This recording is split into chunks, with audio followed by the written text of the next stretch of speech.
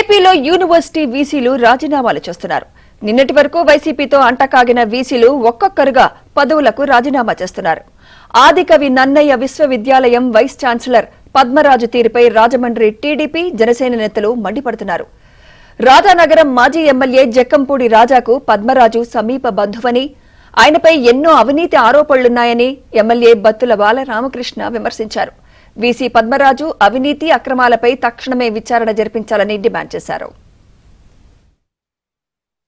నన్నయ్య యూనివర్సిటీలో మరి గత ప్రభుత్వంలో అవకతవకలు చేశారో దాన్ని మేము ఎంక్వైరీ చేసి తీపిస్తాం.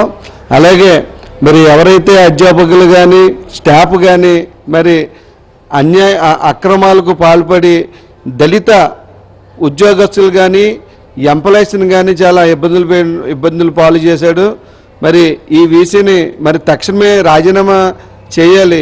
మరి గవర్నర్ గారు మరి సర్క్యులర్ ఇచ్చినా సరే ఇంతవరకు చేయకపోవడం చాలా సిగ్గుసేటు. ఎవరైతే వైసీపీ అన్యాయులకి మరి కాలేజీ పర్మిషన్లు ఇవ్వడం చాలా సిగ్గుచేటు. అలాగే వైసీపీ ఎవరైతే మరి చెప్పారో వాళ్ళకే ఉద్యోగాలు కానీ రకరకాలుగా అవినీతికి పాల్పడిన ఇతను వెంటనే రాజీనామా చేయాలి. లేని పక్షంలో దళిత సంఘాల తరపున